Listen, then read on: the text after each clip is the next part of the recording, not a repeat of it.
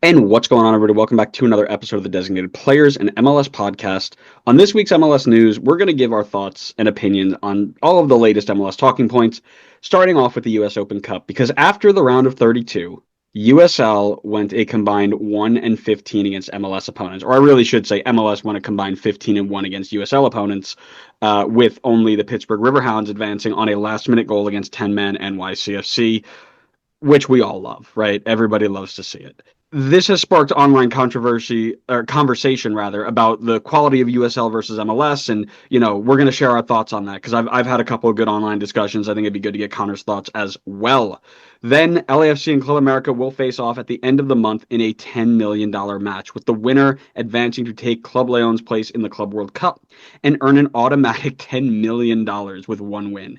We'll share a quick preview of the game and what we expect to see from the match before ending the show with a quick chat about the latest Sportico article highlighting the 50 most valuable clubs in the world, with MLS taking a staggering 19 of those 50 spots. I'm Andrew, that's Connor, and here's this week's MLS news. Connor, my man, how we doing? Oh, I'm great. I'm a changed man now. Full Euro snob because I just took my trip over to the kingdom of Euro snobism. Yes, Not yeah, only did I do that, I went and even saw a game in person too. and and it's just like that. Like now, this is Connor's last episode. So for those of you who Well, didn't yeah, I know, mean, I'm going to be starting my own podcast where we talk about all things Euro snobs. We compare everything against MLS and talk about how bad it is. MLS has no atmosphere, they have no hmm culture. They can't pull crowds like England can. hmm Stuff like that. So, yeah, yeah. if you're interested in that, just swing by, swing by. Yes, Connor, with his massive online presence, is going to be sharing that to the world, and is very good at it. So, I'm assuming that you're rocking something you got from the stadium. I'm hoping that's what you got. Yes, of course. I'm not Yeah, going to the stadium without picking up a new scarf. good man. Unfortunately, the scarf game at the stadium was not great. So it was a little bit of limited selection unless I wanted a giant picture of Enzo Fernandez or Cole Palmer on my scarf, which I'll be honest, I love them, but I don't want their face on my scarf. So the other option was this nice little black and gold Chelsea scarf here, straight from the stadium. Very nice. It's definitely not the best scarf I have, but I mean, it's definitely got some good meaning to it and good Very, memories with it now. very nice. I like it. And black and gold, right on par with the LAFC. So now it fits the episode too. You don't even need to stretch. That's all right. I wasn't worried about stretching. I'm a Euro snob Well, now. I don't need to care about that. I love it. I'm running with this, by the way. This is the rest of the year. You don't get away from this. As you can see, I've got my setup almost there. I actually have one more row I'm going to add. You can see the scarf chair behind me. I've run out of room. So I need to adjust the ends and kind of get them all lined up. But I got one more I've got to put up. But you can see I'm missing a space right there because instead of now tracking it down from a closet, I just take it off the wall. How cool is that? And you can also see LAFC still on the wall because I always bring out the MLS scarf for stuff like this. And funny enough, one of my random scarf purchases was a Club America scarf. So I'm rocking Liga MX today because we've got a lot to talk about with this $10 million game. You're just as bad as me as being a That's not traitor. true. That's Just not as true. bad. Oh man. Well, it's great, right? I think this has come out really, really nicely. You guys can let me know in the comments, but only nice things. Don't say mean things about it because I don't want to read those. Um, Yeah. because I don't like mean. Who wants mean comments? Not me. There's some people out there who are looking for them, but it's not me. Hey, remember all those mean comments people wrote about that Middlesbrough take I had? Yeah, How yeah, did that one end up? How did that one you end up? you took that pretty hard. We also had got Yeah, I some guess mean what? Guess where comments. they finished? Guess where they finished? I don't know where they finished. I don't watch a lot of They European. finished 10th, right in the middle, right where I said they would, stuck in the championship. That's Oh all I'm yeah, don't saying. worry. We're sharing that clip too. That'll get out there. Yeah, go ahead. Let's get a couple extra thousand views. We'll run it again for next season. Run it back. Um, Listen, we also got a couple of hot takes when the original news broke about MLS pulling out of the US Open Cup. We had a couple of mean comments about that too. Now we've gotten back 16 of the teams. I believe it's 16.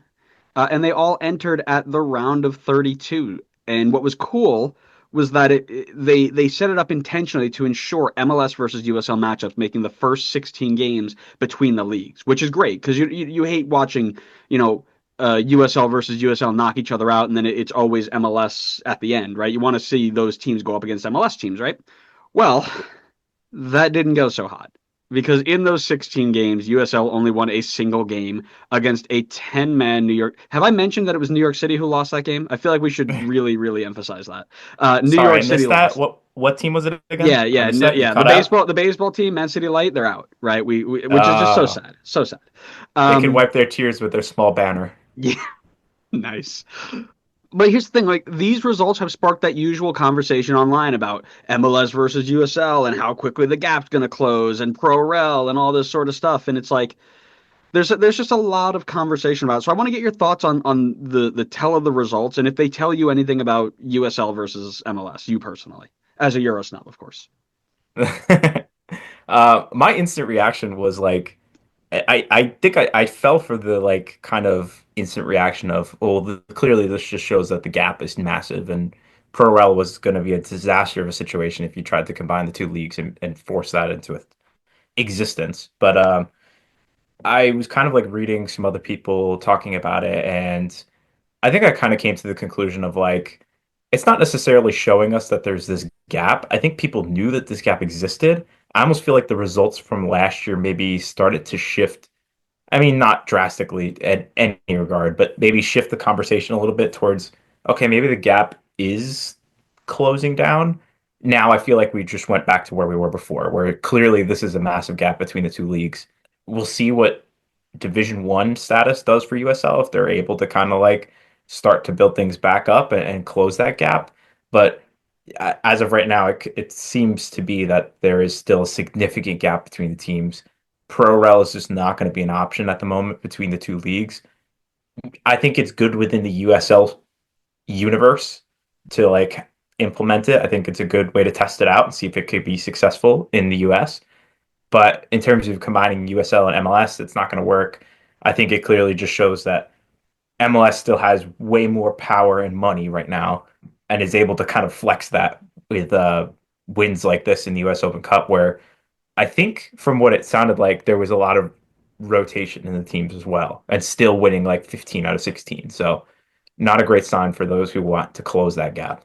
He's still a Euro snob, but he knows how to cut through every single question I was going to ask in literally 30 seconds. So not much has You might really as well, changed, has it? honestly, you might as well just ask all the questions at the start and then I'll just give you my answer. We could Oh, fire through this man. episode in 15 minutes. Well, listen, I don't usually take much from these one-off tournament games, right? I mean, listen, a seventh place New York Red Bull team was one goal away from being crowned the best team in MLS last year. Like anything can actually happen in these sort of like playoff sort of scenarios, right? But the comment that I kept seeing and one that you brought up was like USL getting blown out by MLS reserve side, right? So I did a little digging on that. And I'm not sure I necessarily agree with that take, right? Four of the 16 games went into extra time or penalties. Seven of the remaining 12 were one goal or less, including Pittsburgh 1-0 win over New York City. Did I mention that it was New York City who lost? They were the only MLS team to lose, by the way. I don't know if we've hit on that, but just to make sure people know that. You can argue that teams rotated a little bit, but at the very least, you saw three or four of the usual starters per team, and there are teams like Red Bull who had 10 of their 11 players had at least one MLS start because they do a lot of rotation in general, right? Trying to figure out what works. Am I going to take anything about MLS from USL from this? Uh, I mean, I can hear the argument that you have a pretty decent gap in general between USL starters and MLS bench players, considering that most USL teams, their starters are former MLS bench players. Like if you look out some of the teams, and I remember we used to do that, like when we were talking about US Open Cup in the past, it was like, oh, I didn't know that's where he ended up, right? Like I think Justin Dillon, who is like a big Seattle prospect at one point, ended up playing for Colorado that the Red Bull played, and he looked okay, but that gap is still there. There's a reason he's there and not on the MLS first name off the bench type of thing, right? I don't know if that gap is as big as people think it is. I think it's closer. I think it's not as big as the people who are trying to make it sound big is, but it's also not as close as the people who are like, no, they're right there. I think it's somewhere in the middle, right? And that's something I think we just need to accept is the fact that online you are going to blow it out of proportion in both directions, right? It's going to, there are people out there going to be like, oh my God, the gap is from here to the, like USL to MLS is basically like, Division 7 in England to the Premier League. Like, no. But it's also not saying that USL is, you could put USL teams in MLS right now and they'd finish in the top four of any conference. I don't think that's true either, right? And because of those big overarching generalizations, some users on these interweb website things, they were making these comments that people should stop making comparisons like that for using the US Open Cup as an example, right? So I was in a conversation with this guy who made this tweet along the lines of like, MLS fan bases say that US Open Cup doesn't matter when USL wins, but when they win, it's all about how USL is bad and the gap is huge and they're so predictable. And I basically went back and I was like, listen, I agree that the one-off tournament doesn't tell you if a team is good or bad. But we can't just pretend that USL fans weren't out here screaming about how close the gap was last year when USL did really well, right? It happens all the time, and that's kind of what this is about. And they also use that USL strength in later rounds to talk about Pro Rel and how they could put Pro Rel in right now and they'd compete. So I want to get your thoughts on that, and should we have this idea of like, let's not use US Open Cup online to talk about league strength? I would disagree with that. I mean, I understand that like why people use it as like the debate point because it's like, what else are you going to use to like? I'm not saying that this is necessarily like the best way to make the comparison, but like, what else are you going to use to compare the two leagues? This is the closest thing you have in terms of teams kind of going head to head. Obviously, like, there's a lot of debate about who how like full strength teams are going, like how much effort they're going to be giving on the field, but there's not like another comparison that you could really make. There's not like other competitions where you're seeing them go head to head.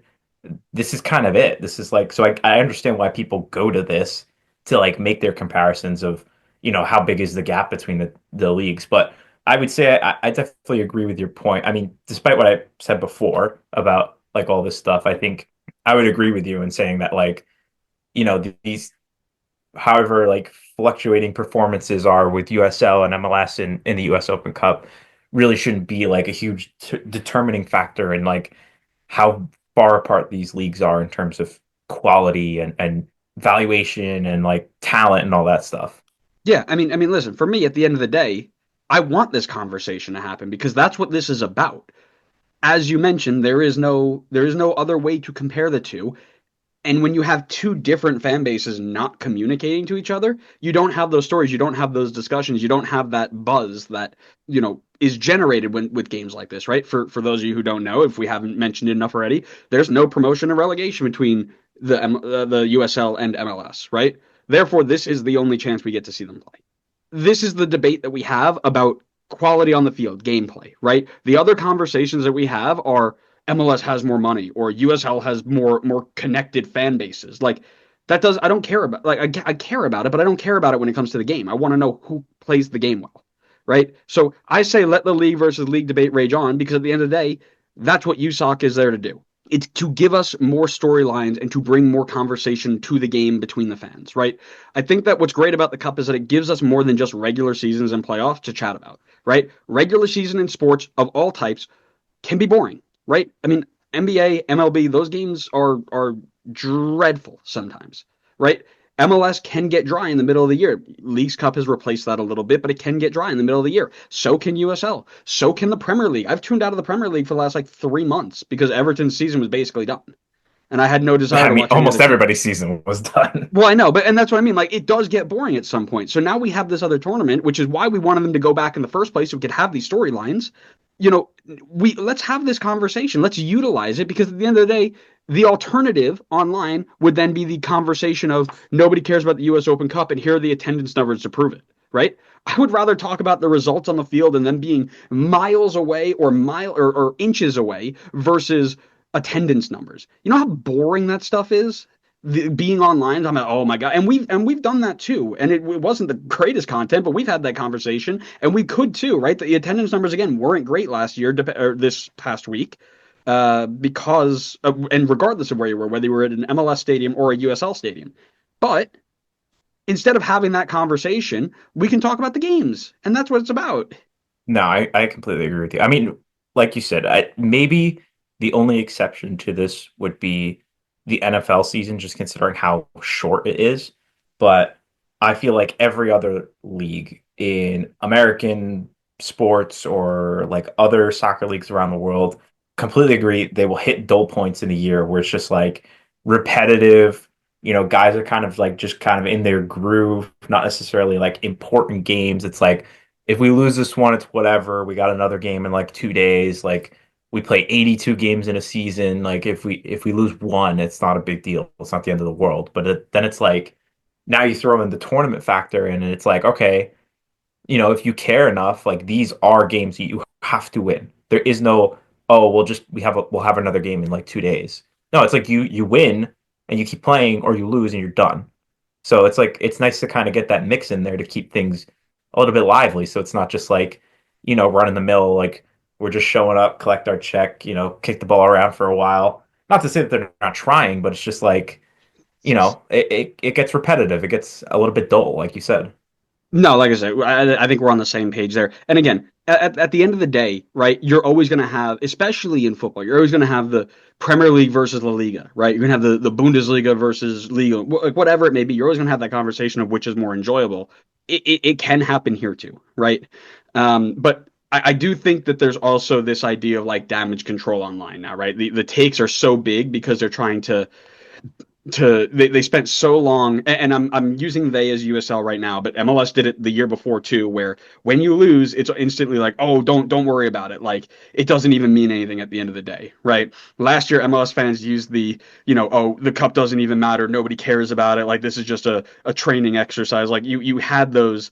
I imagine it like that crying face behind the smiling mask meme, like a very much those sorts of takes, right? And this year it's USL's turn to put that on, saying, once Pro Rel gets here, that gap it's already closed, but it's going to be non-existent once Pro Rel gets here. And I don't think you were around for any of our USL Pro Rel thoughts. So since you are a newly minted Euro snob, and this is kind of your vibe, let's get your takes. Do you think Pro Rel is going to? And you kind of were hinting at it already, but go a little bit deeper into the idea of, do you think Pro Rel closes that gap? I don't. I will try not to go too far into a tangent on this whole thing, but I personally am of the belief that I think people want to see talent on the field and mainly through marketed stars. I think at least in the US. I think over in Europe it's kind of a different story. Obviously there's so much longer history, especially in this sport in particular. So it's a lot more built up tradition and like generations of fandom. So it's a bit different. But I think in the US, I think what stuff that makes the NFL and the NBA so popular is just because they market their stars so well. And it's like in terms of their sports, it's you're watching the best people play. So I think Pro Rel isn't going to get you that. Pro Rel gets you more towards the European style, which I just personally don't think is what people want to see here in the US. I think they want to see models more similar to like other American sports where it's like, we want to see the stars play. I mean, look at Messi. Messi came in, that's the star. And what happened? Like the attendance numbers and the ticket prices and everything shot up because people want to see Messi. They want to see the stars. I don't think the general American fan cares about if there's promotion relegation in the league.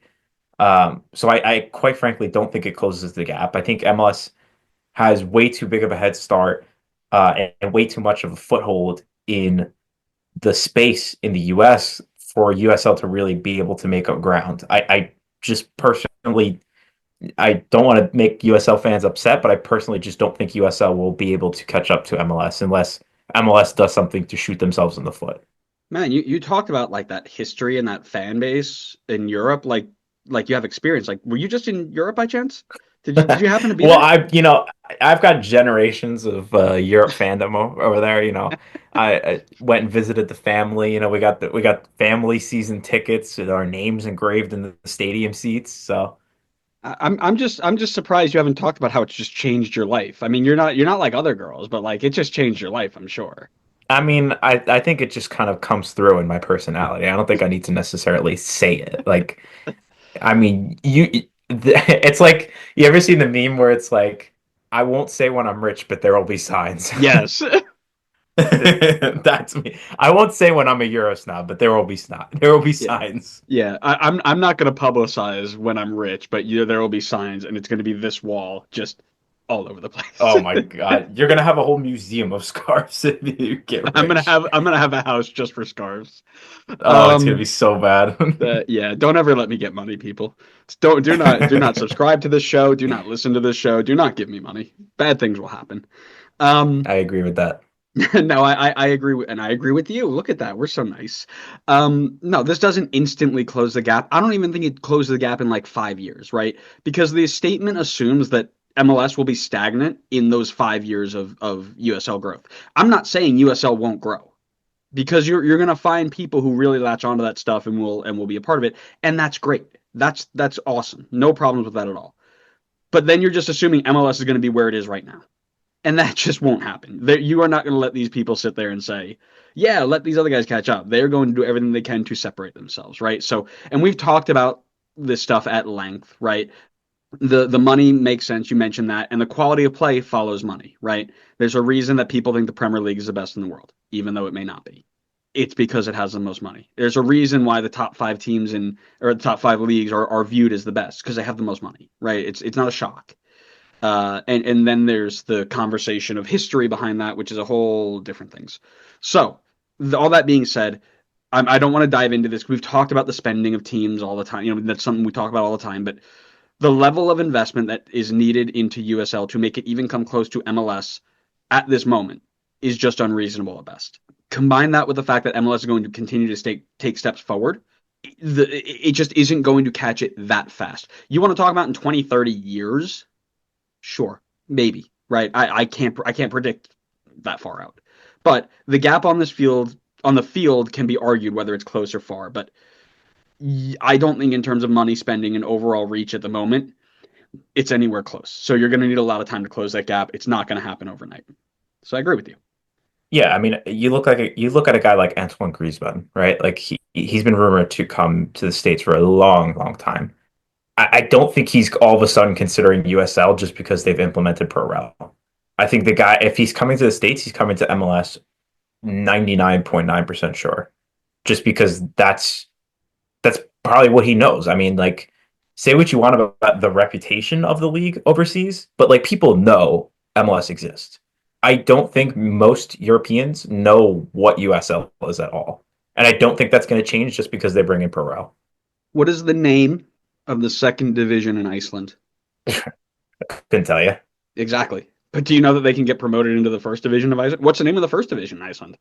Couldn't tell you. Like the Iceland Premier League. I don't Yeah, maybe, know. right? But that's the point, right? Is the idea that Pro Rel is the magic bullet that's just going to make everybody care is short-sighted, right? But I think this is a And really this, oh, go ahead.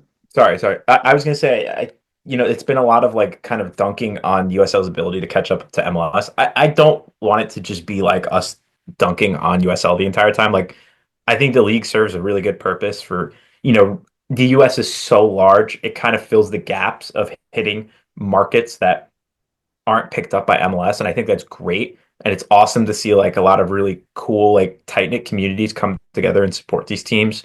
I mean, there's even a team that's popping up like relatively close to where I am in Brooklyn. Yeah. So, like, that's awesome. I think that's great. Like, I think I really like want them to like continue to exist and still be able to perform. I don't want them to like get swallowed up and just completely fold as a league. Like, I think there's absolutely a purpose for it, even if it's not necessarily reaching the levels of MLS.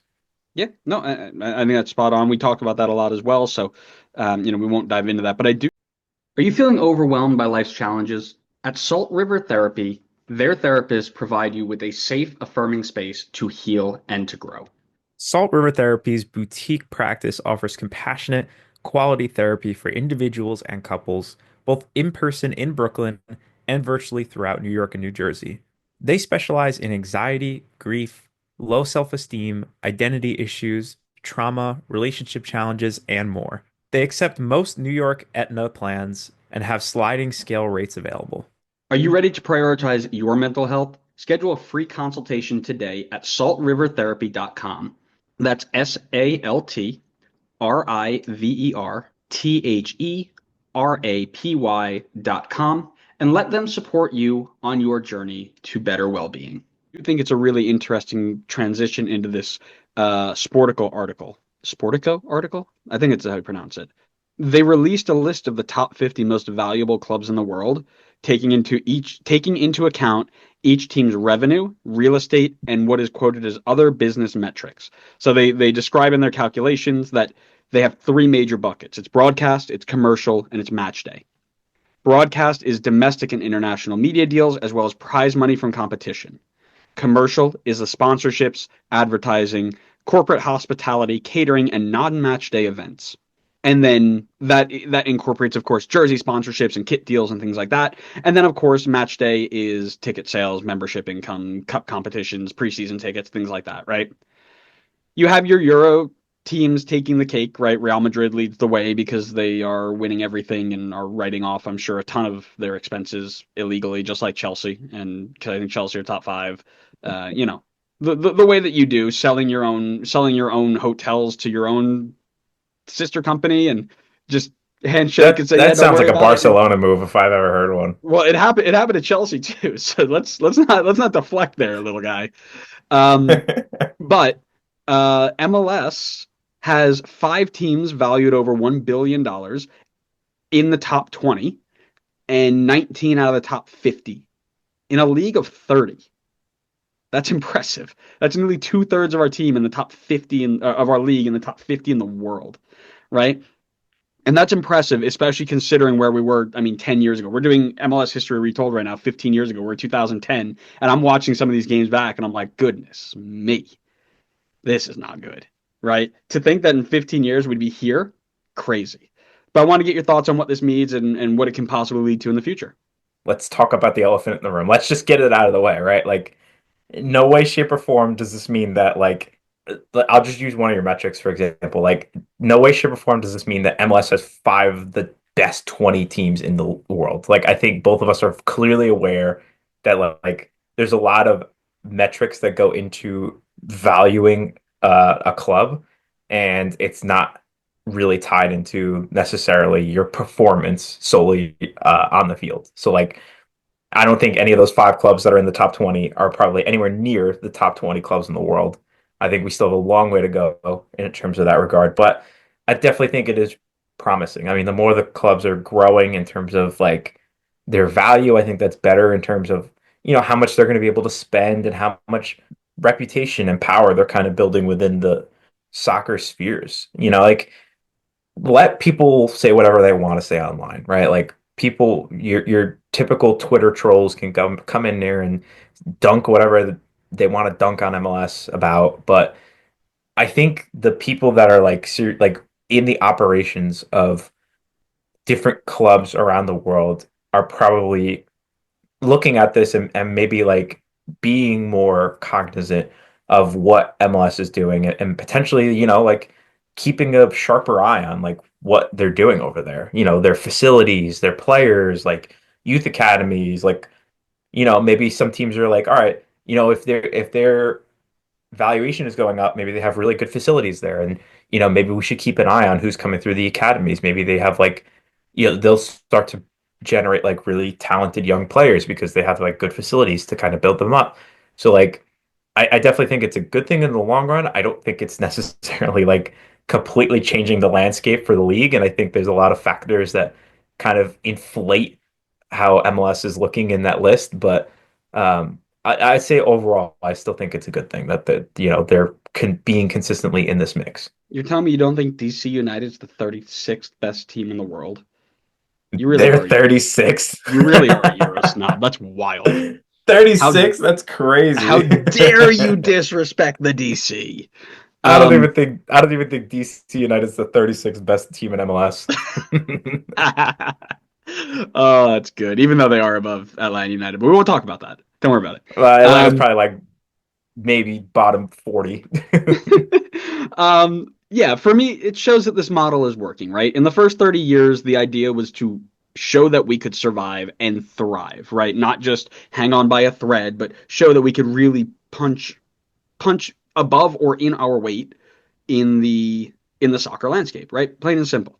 The Apple deal is a huge part of this valuation, right? That $2.5 billion is massive in this breakdown, right? You also talk about, real estate, right? The commitment for these owners to put down soccer specific stadiums and the brand new training facilities and all that sort of stuff is huge, right?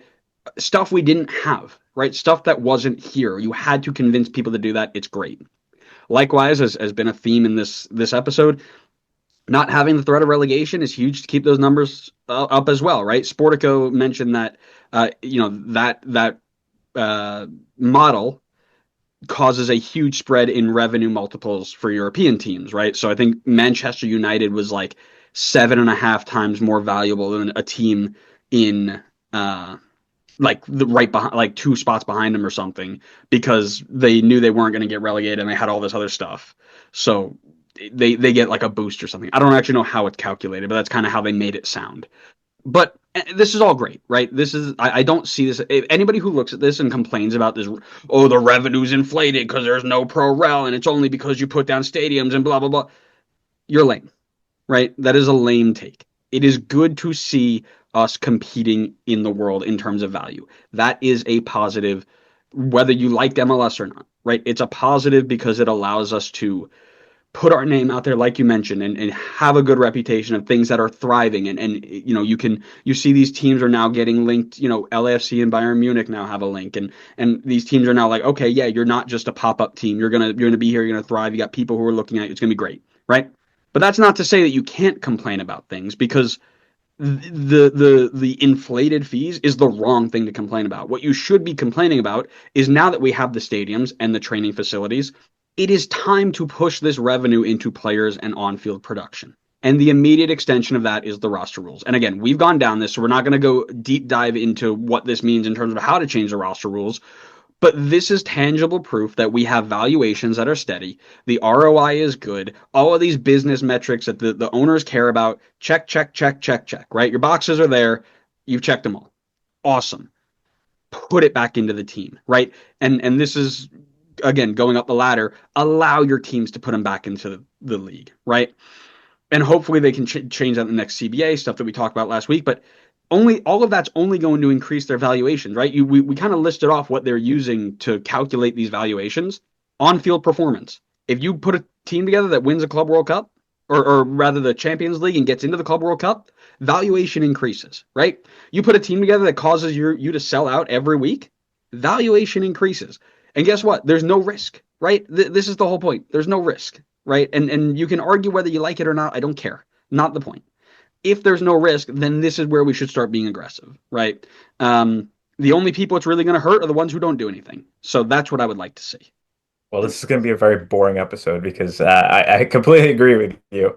I mean, it's been proven already that we're both on the same page on in terms of like roster rules. But yeah, I completely agree. I mean, I think all the momentum is like with this sport growing in the country. I mean, like host for Copa America, Messi joins the league, hosting the World Cup, like so many things going in the favor of the sport growing exponentially in this country. Just please capitalize on it. Like clearly there's a lot of like good groundwork in place already. And I think that's showing in this valuations, like you said, stadiums, youth academies, all this stuff is like set up. It's good. We have like good quality facilities and stadiums that are in place now. Please just like it's almost like the last piece of the puzzle is just let's build the on-field talent. Let's start to loosen the restrictions a bit. I don't think we're in a situation anymore where teams are going to potentially be dropping left and right if we loosen the restrictions again. I think people are smarter. They've hired like people who are like more familiar with the game. They understand things a bit more. I don't think they're going to be in a situation where you're buying players off of FIFA like we've talked about in the past. Like it's everything is pointing in the direction of really start to put the pedal closer to the metal. I'm not saying fully. I'm not saying like let's just get rid of all the roster rule restrictions, but like let's start to push the pedal. Let's start to pump the gas a little bit here. Like let's move this thing along. Let's ride the momentum. Yep. And the reason I wanted to put this after our first topic was because now we can kind of wrap it all together. How long do we really think that with Pro-Rel these USL teams would get up to this level or even close to this level, right? It took us 30 years to get here without that system to put down the stadiums, to put down all this stuff. How long do we think USL is going to get there? And then that also is a brand of competitiveness, right?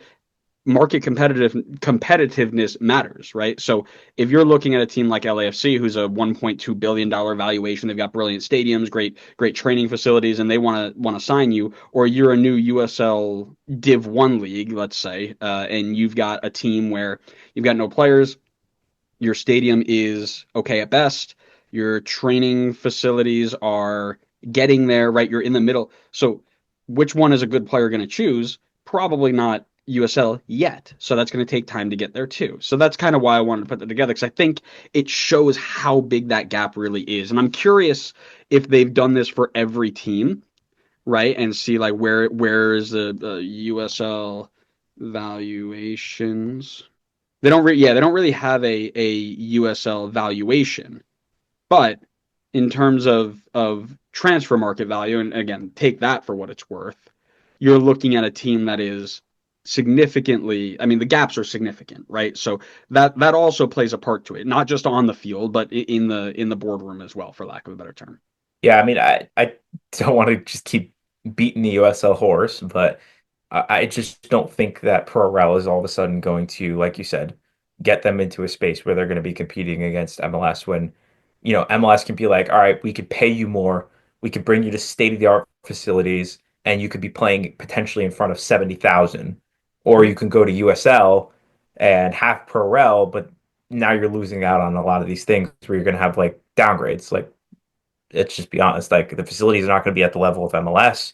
The Right. crowds aren't going to be nearly as much, and like your competition isn't going to be as strong either. Well, and I want to make it clear, it's not me beating up on USL, but it's raising what is, in my opinion, and people can tell me I'm wrong, what is, in my opinion, fair questions, right? This isn't me saying, oh, I hope USL stays down that way. I'd love for them to grow and do what they have to do. But I think it's a fair question to ask, how long is it really going to take, right? Because I think it's easy to hop onto Twitter and be like, oh, this guy with a blue check mark says that USL is going to close the gap with Pro-Rel. It's going to be great. And then you go into it and the gap is massive for 10 years, let's say. I think that's something that people should consider, right? I'm not out here hoping that they are really bad. I feel like that's self-explanatory, but maybe not. Yeah. I don't. Again, I mentioned it before. I don't want like them to have issues in terms of like not being able to stay afloat, but I quite frankly don't think that there is a model in place right now, and I don't think I know what the model would be where they could ever catch up to MLS unless MLS does something to hurt themselves. Like Very stupid. Yeah, for sure. MLS barely stayed afloat on its own, and they had relatively no competition in terms of other leagues. Like there were obviously other leagues existed, but there wasn't a league that was substantially ahead of MLS while they were trying to grow in the States, Mhm. where USL now has to do that same growth that MLS did, but now they have a competitor that is miles ahead of them at the moment. Like I just don't think they have such a I forget what the phrase is. There's a phrase I remember learning in school for it's like I can't remember. It's something along the lines of like first step advantage or something like that. Where MLS just like has such an advantage from getting up out on the front foot on this stuff that I Sure. just don't think USL could ever catch up. Yeah, and like I said, there's so much we can go into, and I don't want to dive too deep into it because we have talked about it a little bit in our past episodes. You can go check out our chats with all of our guests when we did stuff like that. Another thing that we talked about with some guests because Connor decided he didn't want to hang out with me ever was this idea of the Club World Cup and how they were going to choose a replacement for Club Leon because officially Club Leon is out. Now, Fabian Rankel, top lad, came on and said that they should just do a mini tournament, right? Seed teams from wherever you want, right? Take Philly, take Alajuelense, butchered, I'm sure. Take LAFC, take the Crew, take Club America, take Monterey, take like all these teams, and just do a mini tournament. And he was close because what FIFA has decided to do was make a one game 90-minute battle for $10 million between LAFC and Club America. Why is it for $10 million? Because the winner takes Club Leon's place. They earn the $10 million for just existing in the tournament. And above all else, they get to play with me, Matt, and Pops in the stands, which is worth more than any bit of money that FIFA can give you, by the way. So when they come to Atlanta to play Chelsea, they get to see us in the stands. How lucky are they? But before they get there, they have to win this game, which will be played at BMO Field at the end of the month. And while we've already covered about the process, let's preview it a little bit. So I'm going to give you a little bit of information. I'm going to pick your brain, Connor, okay? So I think this is an interesting game because one team is coming off a title run, while the other can be seen as underperforming their expectations to a degree. LAFC sits fifth in the West, well off Supporter Shield pace because for some reason, Vancouver's been cursed by somebody and is just running away with it. I don't know who would have done that, but not me. And they look really poor away from home, which isn't a factor here, but they haven't won away from home yet, which is weird. Club America, they finished 8th in the Apertura, snuck into the playoffs, and then won the whole thing. And then now they sit second in the Clausura. LAFC chose to move on from many players this offseason, including Christian Oliveira and Matty Bogusz, who provided a huge attacking output for them, and they've yet to see that return from bigger signings like Olivier Giroud or Jeremy Ebobisse. Their back line has been suspect as well, conceding 16 goals in 11 games, a rate that is much, much larger than the pace they were on last year, conceding only 43 goals in 34 games. Club America, on the other hand, super strong defensively, conceded only 10 times in their 17 matches in the Clausura, picking up 10 wins. They've revitalized the career of American winger Alex Zendejas, who has 10 goals this year, while also employing the service of Eric Sanchez in the middle of the park, and former MLS standout Brian Rodriguez, who also has 10 goals and will be returning to the States to take on his former club. Not to mention, this guy, Jonathan Dos Santos, don't know if you remember him, he's still playing, and he has 29 matches for 1,500 minutes this year. Just want to get your thoughts on the match, what each side needs to do to be successful. Like, what are you looking forward to? I mean, both sides have to be throwing everything at this, right? Like 10 million as a reward for one game. I don't think that you could correct me if I'm wrong. It feels like there's no other competition in North America where you're getting 10 million as prize money, let alone for one game. So like you forget both of your leagues, to be honest with you. I think you just fully prepare for this game. You just fully focus on this. I think it's absolutely worth it. I mean, as long as you're like from a club perspective, I think for the fans, they may not necessarily like they're obviously not pocketing the 10 million, right? So like maybe they care more about focusing on the league and not necessarily sacking it just for this one game. But both sides are clearly heavily talented. So like LAFC is a team that I think has enough talent in the roster that they could on their best day could beat any team in North America. Obviously, we've seen a lot less of their best days lately. They haven't exactly been at their best, their typical LAFC level. But there is clearly enough talent in the side where if they show up for this one game and are playing at their best, I think absolutely they could beat Club America.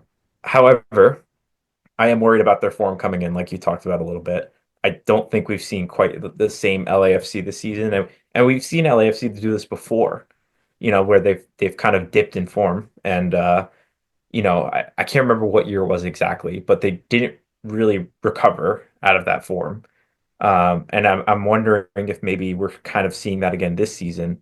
Maybe the signings just haven't quite clicked with the way that Cherundolo wants to play with this team. And also there's, the part of Cherundolo leaving at the end of the season. So, there's a lot of factors in here. I think I would give the edge to Club America just based on form. They seem to be the more informed team.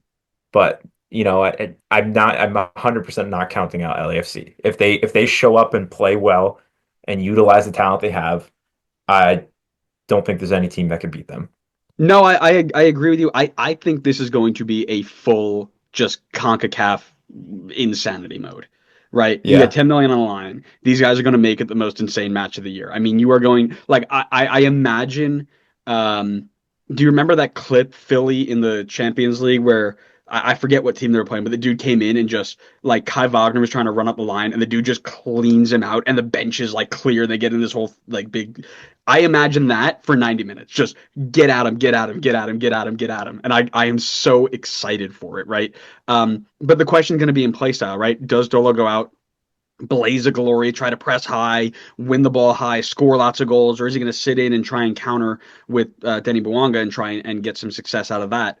LAFC have to find a way to break down this back line. 10 goals in 17 games is crazy in all competitions, but I think goes into like 20-ish games. 12 clean sheets. That's really good, right? LAFC have only been held scoreless twice this season, but they haven't been as dominant as we expect. Lots of 1-goal games, 1-0, 2-1, things that we're not used to seeing out of them, right? So they're going to have to get through all of the BS, right? You know what Liga MX sides will bring: the diving, the time wasting, the complaining, the little stuff off the ball. You have to play through that and play to the best of your ability to get the most out of this one. So it's going to be a lot of mental stuff, and that's what I'm really interested in, because as much as you have those moments in MLS, especially closer to the playoffs, you really get it at a different level here.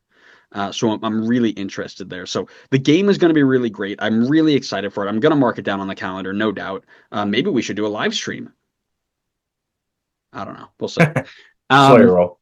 my real question here is more of a what if question, because we've had this conversation before about Steve Cherundolo's legacy. He's leaving at the end of the year, and we were kind of asking about what it is, and we both kind of agreed that if he fizzles out and loses some of the big games, fails to impress, he's going to leave with a little bit of a sour taste.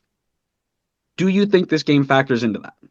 That's a tough question because it's like, should they realistically have even been in this game in the first place? Like, probably not. I mean, I know that they have earned the right to be in this game based on the circumstances that have happened, but realistically, like they didn't win and get themselves a spot through like winning it. I understand that now they have the opportunity to, and I think it will play some fact. I'll say I think it will play some factor in his legacy because I think Straddle the fence, um baby. Straddle that fence. Do it. no, I'm picking I think it will have a factor in his legacy. I don't think it'll have quite the same effect as like them playing in an MLS Cup final kind of thing, where that's kind of like they earned, not that they didn't earn this chance to be here, but it was like kind of last minute thrown on there. But I mean, it's a big game. I think the fans will know that. They'll understand that it's a big game.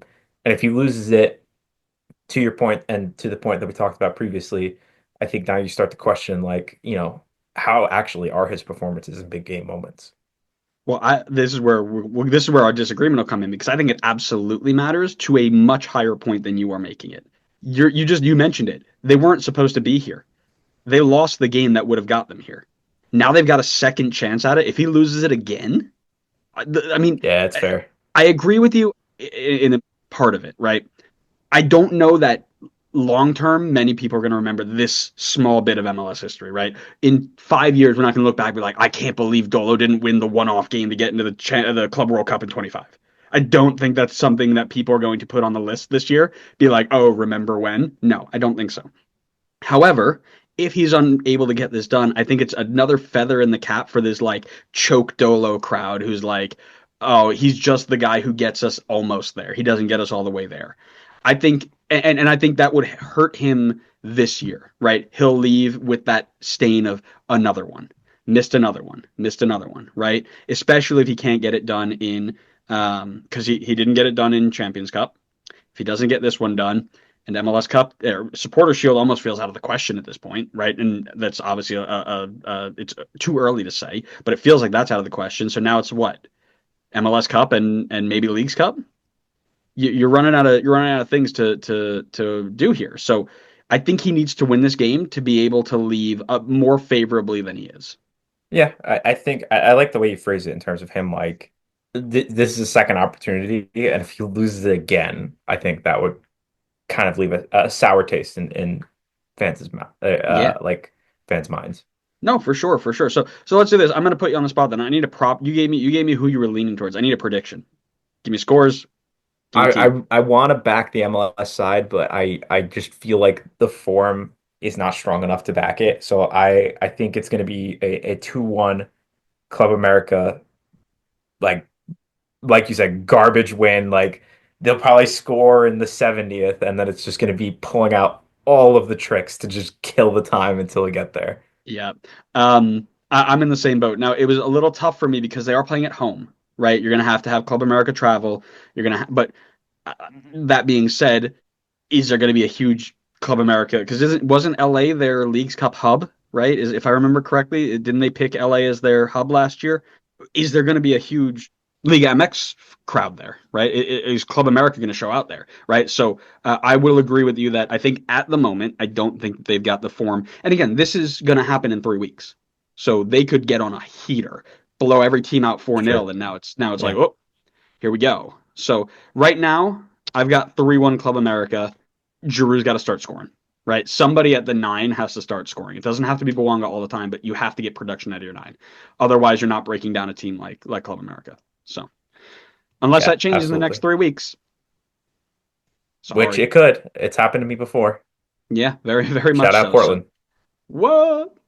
Yeah, so thanks so much, everybody, for listening. We hope you enjoyed it. Make sure you give us a follow wherever you get your podcast. And the next one goes live, which will be MLS history coming up on Wednesday. A great, great episode where we are talking about Eddie Gavin's time in goal for the Columbus Crew and the 2010 semifinals for Colorado Rapids against San Jose.